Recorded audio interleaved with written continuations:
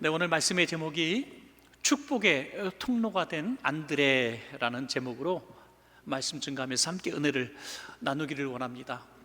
누군가 저에게 사람이 살면서 가장 큰 복이 무엇일까요? 라고 물어보신다면 각자 가치관이 다르고 생각이 다르겠습니다만 저는 이렇게 얘기할 것 같아요. 사람 잘 만나는 게 제일 큰 복입니다 라고 말할 것 같아요. 길을 가다가 보면 한적한 길에서 제일 무서운 사람이 사람이죠. 제일 무서운 존재가 사람이고, 또 어떨 때는 제일 반가운 사람이 사람일 수도 있어요. 사람이 양면성이 있다는 거죠. 똑같은 사람을 만난 것 같은데 내 인생에 정말 큰 축복의 통로가 된 사람이 있는가 하면 그 사람이 내 삶에 끼친 영향을 생각하면 악몽이고 고통이고 슬픔이 가득한 그런 만남이 있을 수도 있습니다. 그래서 우리 자녀들을 위해서 우리가 기도해야 될 것은 하나님이 자녀들에게 만남의 복을 달라고 우리가 기도해야 될 줄로 믿습니다. 유치원에 가서부터도 친구를 잘 만나야 되고, 학교 가서 선생님 잘 만나야 되고, 또 친구들 선후배 잘 만나야 됩니다. 직장 가면 우리 또 선배님들 잘 만나야 되고, 후배도 잘 만나야 됩니다. 여러분, 만남의 축복이 그렇게 귀하다는 것입니다. 우리가 뒤돌아볼 때에 우리에게 큰 축복이 된 사람들이 많이 있을 겁니다. 그분이 내게 끼친 참 선한 영향력 때문에 참 그분이 없었으면 큰일 날 뻔했다고 고마운 마음을 지금도 갖고 있는 분들이 계실 거예요.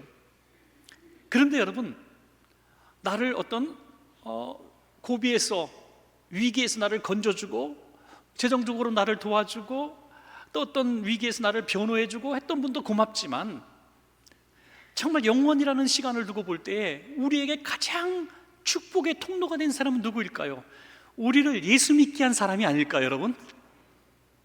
우리를 예수님 믿게 한 사람이 우리 인생에, 우리 주님 나라 가는 순간까지 들어볼 때 우리에게 가장 귀한 분이고 가장 큰 축복의 통로가 된 분이죠. 우리 청년 하나가 그런 얘기를 해서 제가 참 은혜를 받았었는데요. 집에 부모님이 그렇게 부유하지 못하고 또 배움도 짧으시고 여러 가지 면에서 부족한 게 많았습니다. 그런데도 참 부모님을 생각할 때 참 섭섭한 거 또 많이 있었지만 하나 딱 고마워서 그걸 부모님께 말씀을 드렸대요. 그 뭐냐면, 다른 거 다 떠나서 저 예수 믿게 해주셔서 너무 고맙습니다 라고 얘기했대요. 예수 믿게 해주셔서 너무 고맙습니다. 여러분, 가만히 생각해 보면 이 친구는 정말 축복이 뭔지 다 아는 친구 같아요. 우리를 예수 믿게 한 사람처럼 귀한 축복의 사람이 없습니다. 우리가 홀로 내가 예수님을 믿어야 되겠다라고 생각하고 나오신 분도 물론 계실 줄 압니다. 그런데 굉장히 소수예요.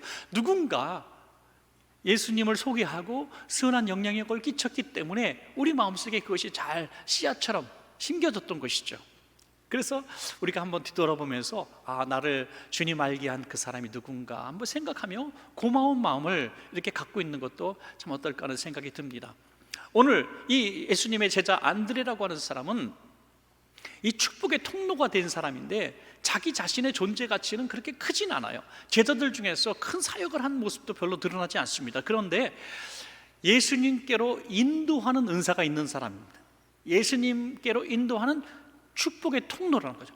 구원을 베풀 수도 없고 큰 물질을 가지지도 못했고 권력도 가지지 못했지만, 자기는 할 수 없지만 예수님께로 인도함으로 말미암아 큰 기적을 이뤄낸 그런 축복의 통로가 된 사람이라고 하는 것입니다. 오늘 저와 여러분이 안드레처럼 많은 것 가지지 못했다 할지라도 우리는 할 수 없지만 주님은 하실 수 있습니다. 주님께로 인도하는 우리가 축복의 통로가 되어야 될 줄로 믿습니다. 자, 우리 살면서 어떤 사람들에게 내가 축복의 통로가 될 것인가 한번 생각하면서 오늘 본문을 한번 보도록 하겠습니다. 첫 번째로, 이 안드레는 형제를 예수님께로 인도하여서 예수님의 수제자가 되도록 했습니다. 여러분, 자신은 수제자가 되지 못했지만 자기가 전도한 형제가 수제자가 되었고, 그가 이름이 개명되어져서 장차 베드로가 되었고 교회의 기초가 되었습니다. 안드레는 모르는 사람이 많아도 베드로를 모르는 사람은 없습니다, 여러분. 그래서 베드로 이름이 항상 먼저 나오는데, 사실 따지고 보면 안드레가 없으면 베드로가 있을 수가 없는 거죠. 위대한 사람입니다. 여러분, 우리가 전도한 사람이, 우리가 예수 믿게 한 사람이 우리보다 더 큰 일을 행할 때에 기뻐하시기 바랍니다. 여러분, 우스갯소리지만 어떤 분 전도했는데 그분이 교회에서 너무 인기가 많은 거예요. 너무 일도 잘하시고 인기도 많고 여기서 환영받고 저기서 환영받고. 그럼 슬쩍 기분이 나쁘잖아요. 우리끼리니까 솔직히 얘기하세요. 솔직히 좀 마음이 상합니다. 그래서 괜히 전도했네, 우리 교회로. 다른 교회 가게 할 걸. 이런 마음이 살짝 들 수도 있다는 거예요. 여러분, 그래서는 안 된다는 거죠. 내가 전도한 사람이 예수님이 너무너무 사랑하고 내 이름은 안 부르는데 맨날 베드로만 부르고 맨날 베드로만 데리고 다니고, 그래도 안드레는 자기 사명 다 했다고 만족하는 사람이었다는 거죠. 예수님께로 인도하는 축복의 통로가 된 것으로 만족을 했습니다. 원래 안드레는 예수님의 제자가 아니라 예수님의 앞길을 예비했던 세례 요한의 제자였습니다.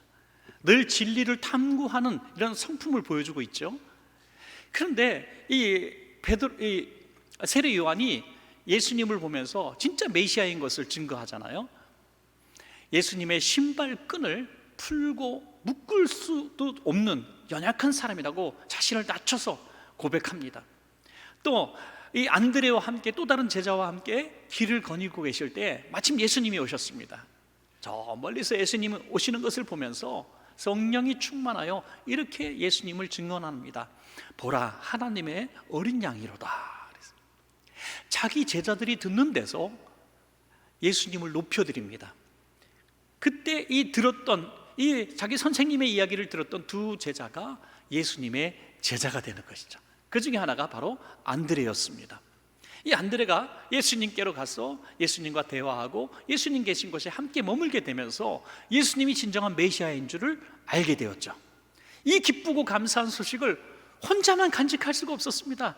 집으로 뛰어가서 자기 가장 친한 형제 시몬을 불러서 내가 메시아를 만났다, 빨리 가서 저와 함께 예수님을 만납시다 하고 예수님께로 인도했다고 하는 것이죠. 자, 요한복음 1장 40절에서 42절이 그 말씀입니다. 제가 한번 읽어드리겠습니다. 요한의 말을 듣고 예수를 따르는 두 사람 중에 하나는 시몬 베드로의 형제 안드레라. 그가가 안드레죠. 먼저 자기의 형제 시몬을 찾아, 시몬은 나중에 베드로가 됩니다. 말하되 우리가 메시아를 만났다 하고, 메시아는 번역하면 그리스도라, 데리고 예수께로 오니 예수께서 보시고 이르시되 내가 요한의 아들 시몬이니 장차 게바라 하리라 하시니라. 게바는 번역하면 베드로라. 아멘. 여러분, 우리가 예수님 믿고 예수님이 정말 메시아이시고 구원자이신 것을 우리가 믿는다면은 이건 정말 대단한 진리 아닙니까? 어디 슈퍼마켓에서 할인 행사한다, 이것보다 훨씬 귀한 진리잖아요. 이거는 빅 뉴스고요.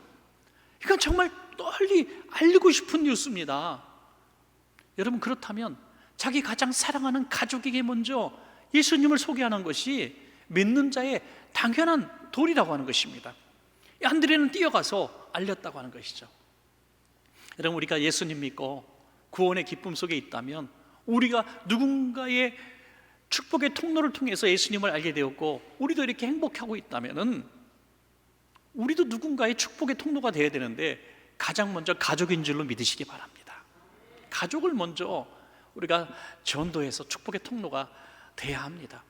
많은 사람을 전도하고 많은 사람을 도와주고 많은 사람들을 유익하게 해서 정말 칭찬받는 사람인데, 우리 가족을 전도하지 못하면 너무너무 슬픈 일입니다. 여러분, 어제도 우리 일대교구 한마음 이제 야유회를 가서 저도 같이 봤는데, 참 제가 행복했던 장면 중에 하나는 가족끼리 이렇게 앉아서 식사하시는 그런 모습들을 보면서 참 고마웠습니다.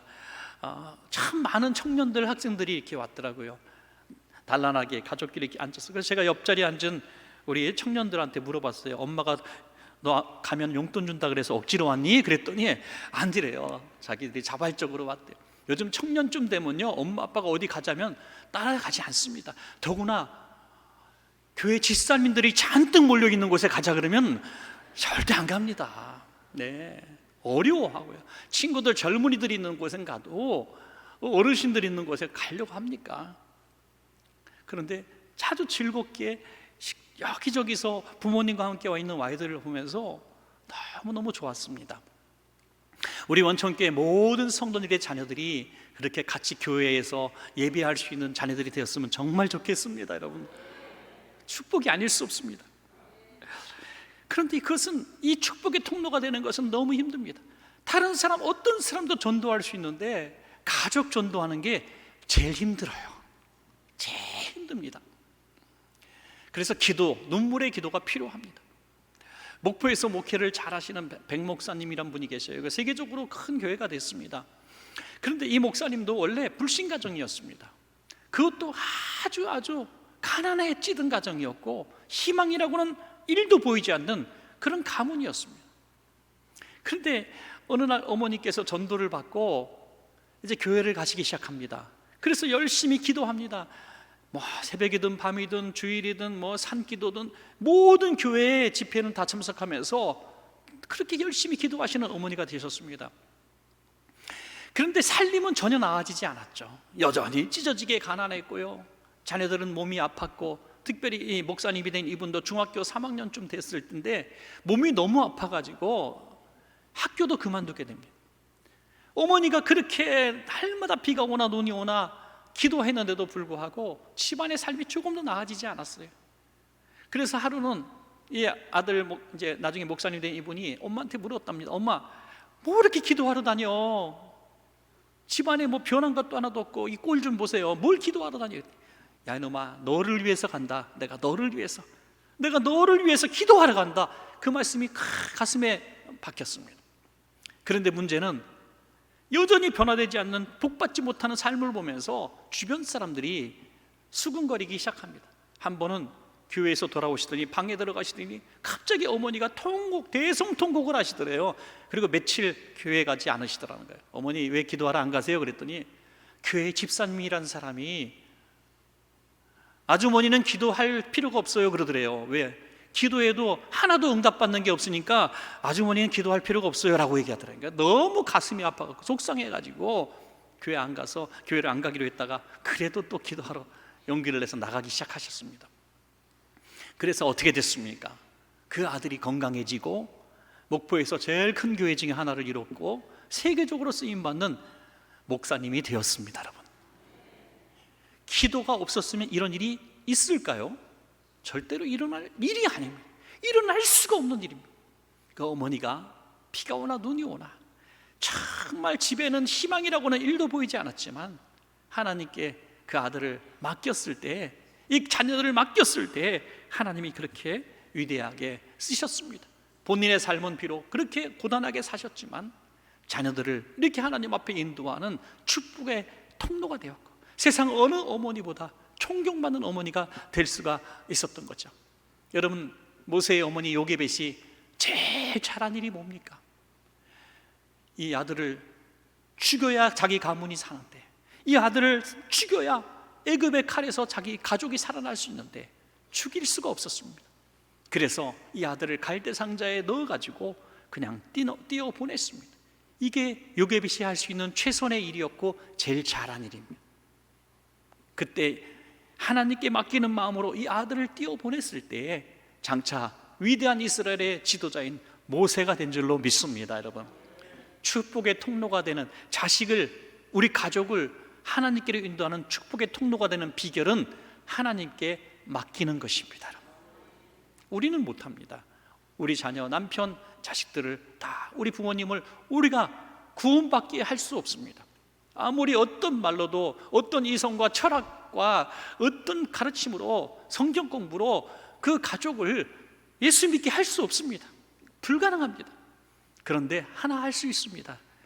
구원자이신, 모든 것을 깨닫게 하시고 알게 하시는 우리 주님께로 인도하면 되는 것입니다. 여러분, 사랑하는 모든 우리 성도님들이 가장 사랑하는 가족들부터, 그리고 우리의 일가 친척들을 주님께로 인도하는 축복의 통로가 꼭 되시기를 간절히 축복합니다.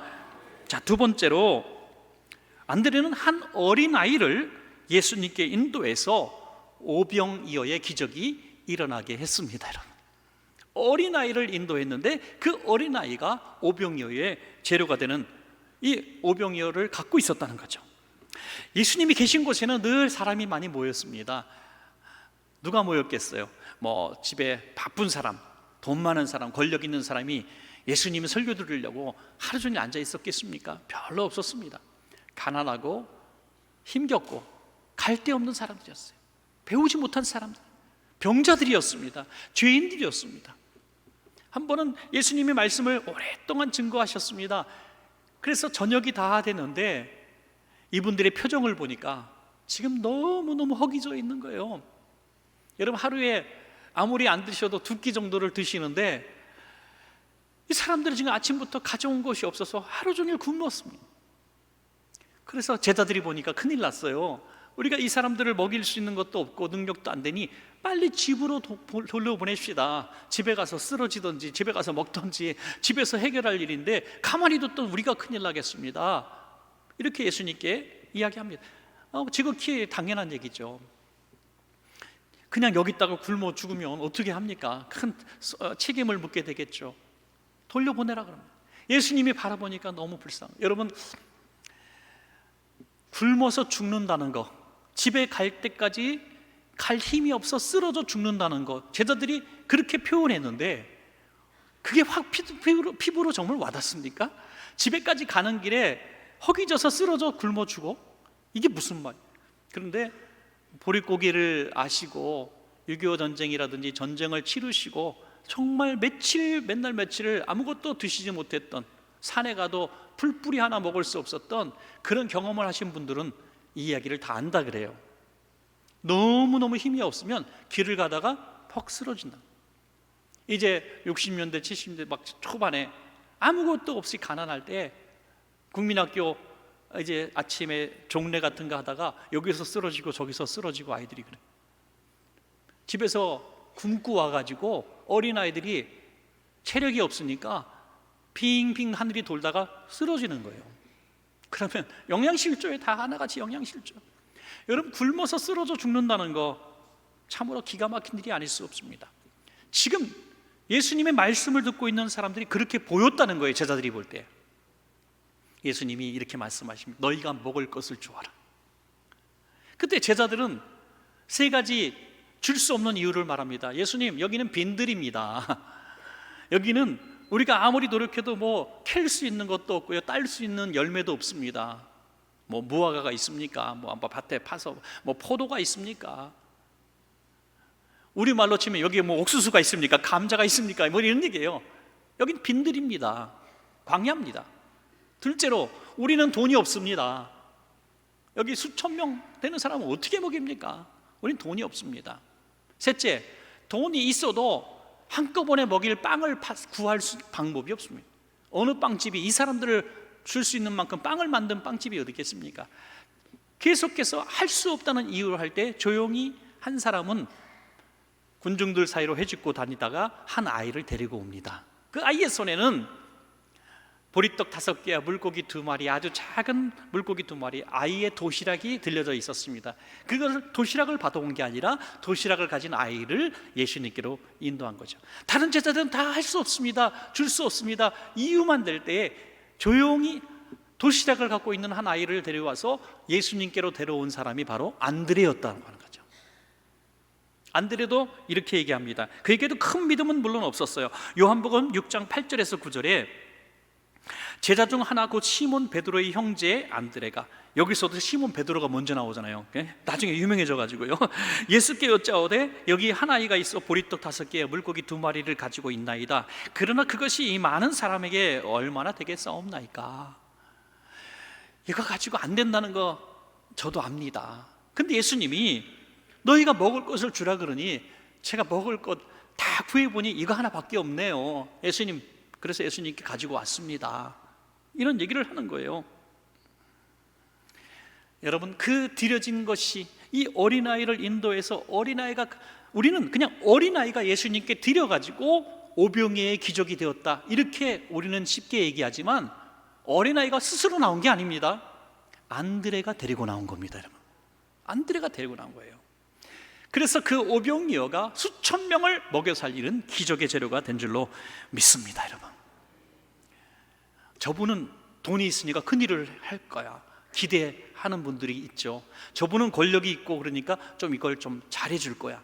저분은 뭐 지식이 많으니까 우리에게 좋은 지식을 전달해 줄 거야. 저분은 기술이 있으니까 뭔가 좀 더 신기술을 개발할 거야. 이런 기대들을 많이 합니다. 그가 가진 것들을 바라보면서 기대하죠. 그런데 이 안드레가 데리고 온 소녀가 가진 것은 기대할 가치조차 없는 작은 것이었어요. 작은 것이었습니다. 그러나 그 작은 것을 통해서 하나님은 기적을 베풀어 주셨다는 거예요. 우리는 우리가 가진 것을 가지고, 우리가 할 수 있는 것을 가지고 뭔가 하려고 하면은 축복의 통로가 될 수 없습니다. 통로란 게 뭡니까? 통로는 그야말로 통로라는 거죠. 내가 축복을 줄 수 있으면, 내가 복을 줄 수 있으면 대단한 거죠. 그러나 우리는 복을 줄 수 있는 것이 없습니다. 그래서 복 주시는 주님께로 인도하는 축복의 통로가 되는 것이 바로 우리가 할 수 있는 최선입니다, 여러분. 어른들이 할 수 없고 전문가가 할 수 없는 것을 참 어린아이들이 행했던 일들이 참 많아요. 어떤 가정에 위기가 있었습니다. 이제 아빠 엄마가 그렇게 계속 불화하고 또 별거 중이고 이혼 수속 중에 있었습니다. 그 아이 초등학교 3학년 아이가 있었는데, 그 나이에 아이가 있었는데, 이 아이가 정말 공부도 잘했고 학교에서도 성실한 아이로 소문났었는데 어느 날 갑자기 성적이 뚝뚝 떨어지고 괴팍하게 되고 옆에 애들을 막 괴롭히는 폭력적인 아이가 되는 거예요. 그래서 선생님이 자세히 알아보니까 가정이 지금 그렇게 위기에 있다는 것을 알게 됐습니다.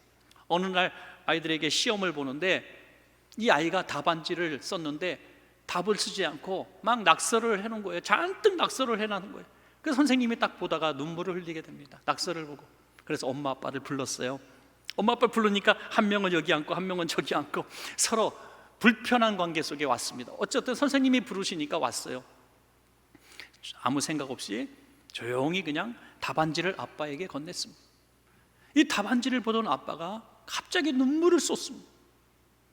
그러더니 저 멀리 떨어진 아내를 부르더니 답안지를 보죠. 아내도 답안지를 보더니 눈물을 쏟습니다. 그러더니 이 품 안에 답안지를 넣더니 부부가 손을 잡고 나가는 거예요. 기적이 일어난 거죠. 그 답안지에 뭐라고 써 있었냐면, 이 아이는 시험 문제 답을 쓴 게 아니라 계속해서 똑같은 말을 반복해서 가득 썼어요. 뭐라고 썼냐면, 엄마 아빠 사랑해요, 엄마 아빠 사랑해요, 엄마 아빠 사랑해요, 엄마 아빠 사랑해요, 엄마 아빠 사랑해요. 엄마도 사랑하고 아빠도 사랑하는데 엄마 아빠가 원수가 되어서 헤어지는 모습 보니 너무 가슴이 아팠던 거예요. 이 아이로 인하여, 이 작은 답안지의 한 문장으로 인하여 이 가정이 회복되었다는 거죠. 여러분, 참 그래요.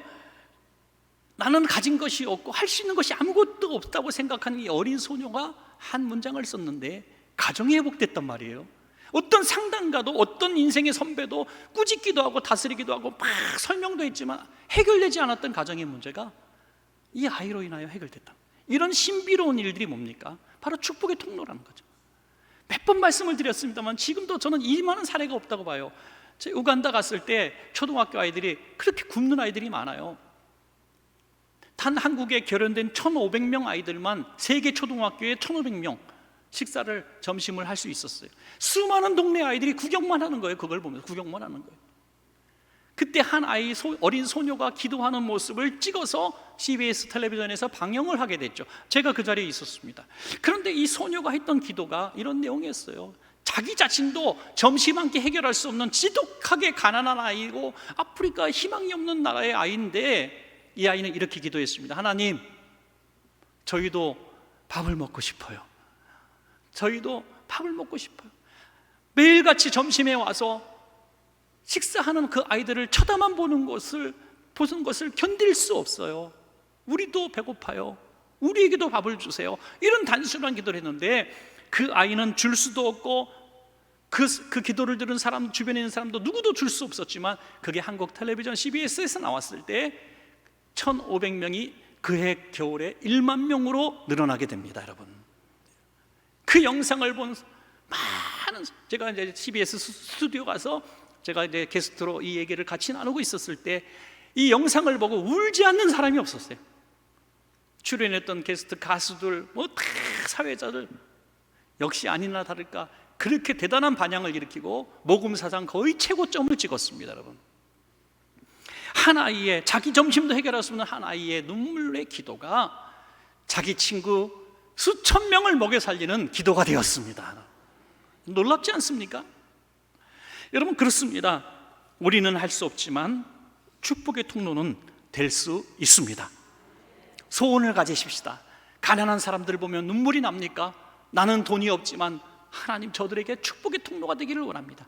나는 기술이 없지만 뭔가 또 나은 세상을 만들고 싶으십니까? 하나님, 저는 지혜도 기술도 없지만 하나님, 축복의 통로가 되기를 원합니다.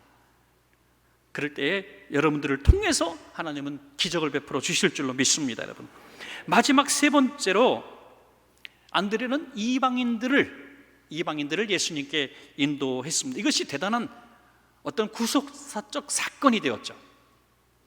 예수님께서 십자가를 지시기 위해서 이제 예루살렘 성에 입성을 하셨습니다. 얼마나 마음이 착잡하셨겠어요. 사람들은 뭣도 모르고 호산나 하면서 우리의 왕이 되어 주십시오, 이제 로마를 몰아내고 왕이 되어 주십시오, 우리는 한 자리 하겠습니다, 이렇게 들뜬 마음에 있는 그들을 바라볼 때 얼마나 가슴이 아프시겠어요. 예수님은 십자가 지러 오신 거거든요. 그러던 중에 이제 안드레가 갑자기 이방인 몇 사람을 데리고 오는 거예요. 이 이방인들은 정확하게 헬라인들이라고 성경에 기록되어 있죠. 헬라 사람 몇 사람, 이방인들입니다. 여러분, 당시의 상황은 이 유대교에서 이제 예수님이 오셨습니다만은 아직 그리스도교, 기독교가 만들어지기 전이잖아요. 구원은 유대인에게만 있는 줄 알았어요. 이방인들은 상종도 하지 않았어요. 그 이후에, 예수님 이후에 바로 베드로가 고넬료를 만났을 때에도, 고넬료는 정말 성령까지 받은 사람입니다. 그럼에도 불구하고 이 고넬료와 같이 식사하는 이것이 굉장히 소문이 안 좋게 납니다. 그래서 사람들에게, 야, 이방인에게도 성령님이 임하셨어요, 제가 봤어요, 이렇게 변론을 해야만 했던 시대가 바로 이 시대입니다. 그런데 이방인들이 예수님을 만나러 온 거예요. 지금 유대인의 왕이라고 막 소리치는 무리들 속에 이방인 몇 사람이 예수님 만나러 온 거예요. 처음에 빌립에게 왔는데 빌립은 불편했던 거, 이게. 그래서 안드레를 부릅니다. 안드레, 너 이방인들 좋아하지? 네가 좀 예수님께 인도해라. 여러분, 유세비우스의 역사에 의하면 이 안드레가 이방인들을 너무 사랑했다 그래요. 그래서 나중에 마치 사도 바울처럼 아시아를 넘어서 선교 여행을 떠난 것을 기록해 놨습니다. 이 정도로 이방인에 대한 넓은 마음이 있었던 거죠. 그러니까 빌립이 안드레를 찾습니다. 그래서 안드레가 이방인들을 예수님께 데리고 가는 거죠. 예수님, 이분들이 예수님 만나고 싶어 합니다. 그때 여러분, 예수님이 놀라운 말씀을 하십니다. 그걸 딱 이방인들을 보자마자 선언을 하시는, 야, 이제 구원의 때가 이르렀도다. 구원의 때가, 유대인의 종교, 개종한 사람들만 있는 기독인의 종교가 아니라 이제 온 인류를 향하신 구속사가 시작되었구나 라고 선언하시는 것이죠. 그리고 기뻐하셨습니다. 나중에 얼마나 이 이방인들이, 이 헬라인들이 그 예수님 만난 감격을 가지고 부활의 주님을 증거했을까, 우리는 짐작해 볼 수가 있습니다. 여러분, 우리가 이방인을 예수님께로 인도한다는 것은 무슨 뜻일까요? 자기 혼자 도무지 예수님을 만날 수 없는 환경에 있는 사람들, 또 그런 처지에 있는 사람들을 포함하고 있습니다. 우리가 적극적으로 나서지 않으면 만날 수 없는 사람, 그리고 세상 사람들이 저 사람은 예수님 도저히 믿을 사람이 아니야, 개화가 될 수 있는 사람이 아니야라고 손가락질하는 그 사람일 수도 있습니다. 그 사람도 예수님 믿으면 변화될 수 있지 않습니까? 여러분, 정말 성경에 극적인 변화가 많지만 스데반을 쳐서 죽이는 데 앞장섰던 사울이 바울 되었다는 사실은 우리가 절대로 잊어서는 안 됩니다. 여러분, 예수님이 고치지 못할 사람은 없는 거예요.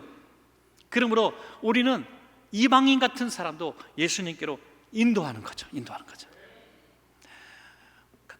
가끔 보면 직장 때문에 주의를 지킬 수 없는 그런 분들이 고민을 많이 하는 것을 듣습니다. 목사님, 어떻게 해야 돼요? 저 직장 때려치고 주일날 예배 잘 드리는 곳에 꼭 가야 됩니까? 여러분, 다 그렇지 않아요. 어떤 경우엔 본인이 이 일을 하고 싶어서 공부도 하고 전공도 하고 이렇게 했어요. 그런데 주일날 교회 와서 예배드릴 수 없는 환경이라고 그거를 다 그만두면 안 된다는 거죠. 그러면 이런 생각을 해볼 필요는 있지 않겠습니까?